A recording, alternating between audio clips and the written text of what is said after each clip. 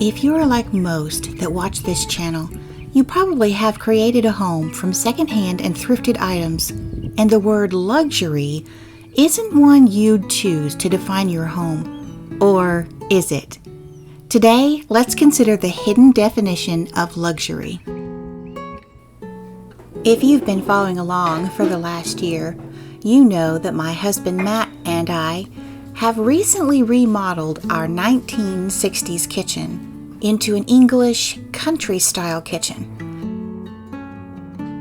This morning, while you and I talk about homemaking and how luxury might be a part of that, let's whip out a quiche. Please bear with me as I work with this pie crust that got a little bit too warm. Our goals for this kitchen remodel were to lighten, brighten, and increase the functionality of our kitchen, as well as make it more aesthetically pleasing.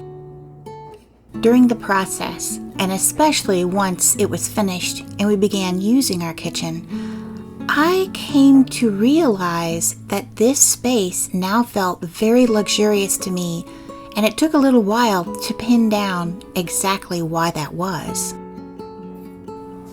Not only is this kitchen the most beautiful, most inspiring, most functional kitchen I've ever had, it also is the clearest representation of the way I want to serve my family and guests, and my taste in interior design.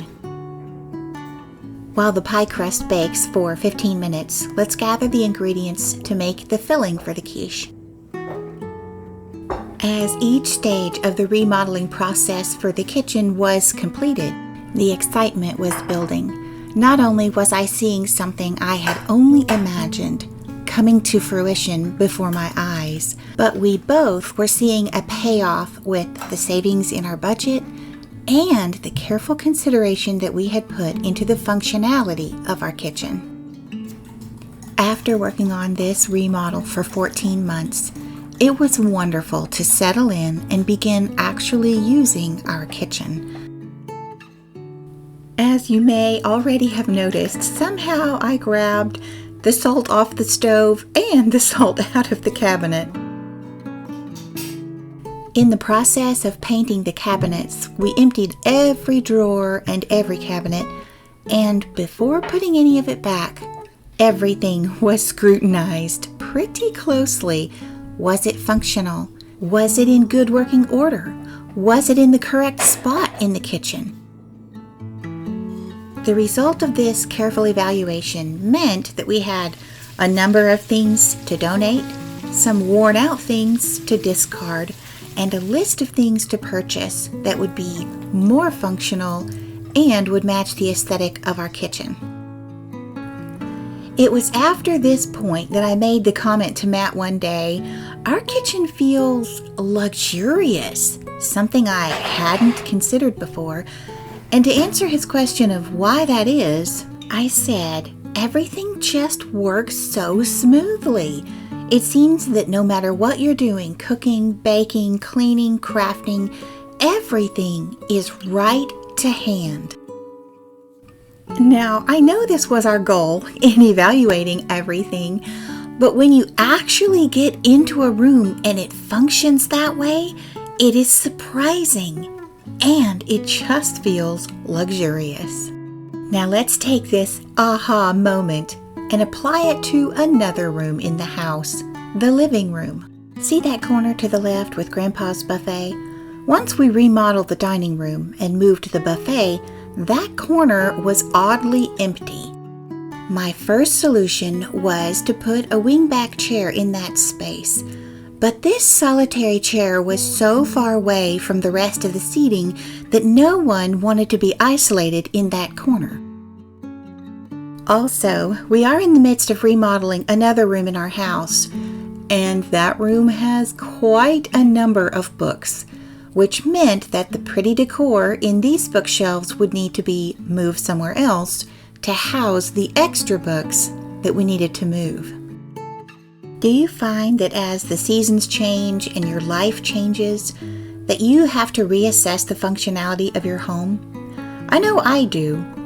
For now, this wingback has been squeezed into the master bedroom, and in its place is this lovely bookcase I have had since childhood. In the midst of adding the new books, one of our shelves gave way, in the middle of the night, I might add, which was quite startling. But it led to a domino effect of replacing the pins that support the shelves. Also, with the new spacing, we realized we could actually include a couple extra shelves for more books. After picking up a board from the hardware store, Matt pulls out his router to round the edges so that they match the other shelves in the bookcase. Next, he cuts the board to the proper length. By the way, if your blade isn't wide enough, just cut from both sides. After cutting the board to the proper length, Matt sands them down so that we will get a nice, smooth finish. The next step is to cut them to the proper width.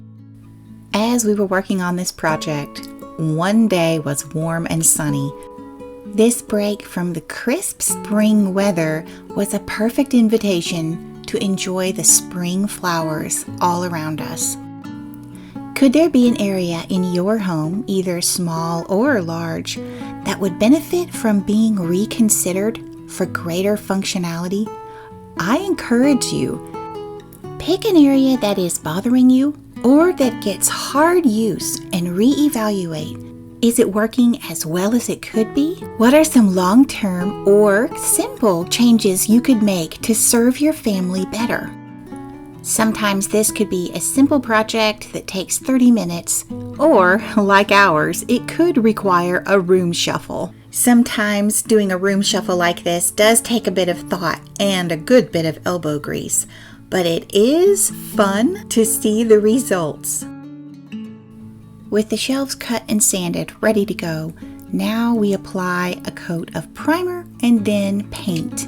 The color we have chosen is Universal Khaki by Sherwin-Williams, and it is a lovely, soft mushroom brown with green undertones.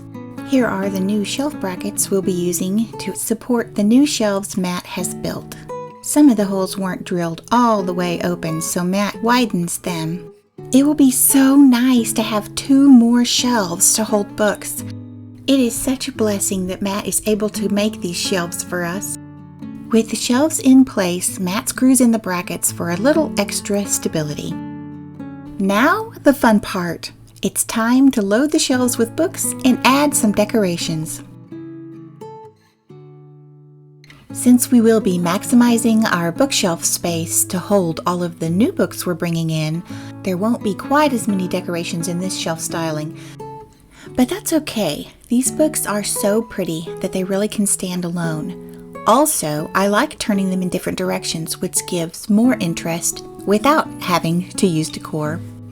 Using fewer pieces of decor also means that the ones we do use actually make more of a statement. You might keep these couple of tricks in mind if you don't have a lot of decor for your shelf styling. Just simply turn your books one way or another. Depending on the size and shape of your books, you can create little nooks that will feature your decor pieces even more. This little trick makes your decor look very intentional. The other thing that you might try when putting together a bookcase is stacking your books according to height. I usually put the taller books on the ends and swoop down with the shorter ones in the middle. Since books come in a wide range of colors, heights, and widths, stacking them in an orderly way like this helps to unify and reduce visual chaos. Another thing I like to consider is who is using the books and which shelf they're located on. These books here on this lowest shelf are the ones my husband is currently flipping through. He reads quite a bit and often picks a book depending on what mood he is in or how much time he has to read. This particular bookcase is right beside his spot on the couch where he sits every evening, which makes his books perfectly handy. Now, in the corner where the lone chair was, we have set up my bookcase. and I'm having a grand time organizing and putting together my bookcase to make it perfectly handy and more functional.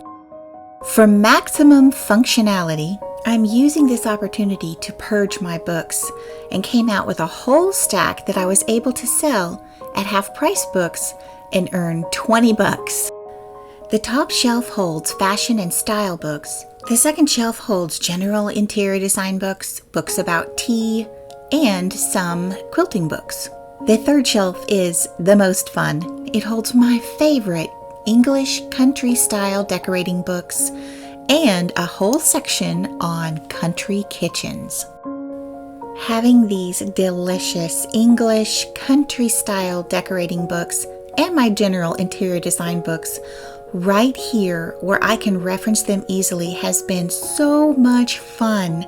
I'm telling you, considering the function of your home is completely worth the extra time it takes to set it up where it's just right.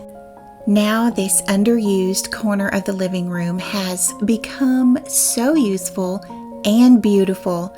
With these books here echoing the books on the other side of the living room, this room now has even more of an English snug feeling, and it's so cozy.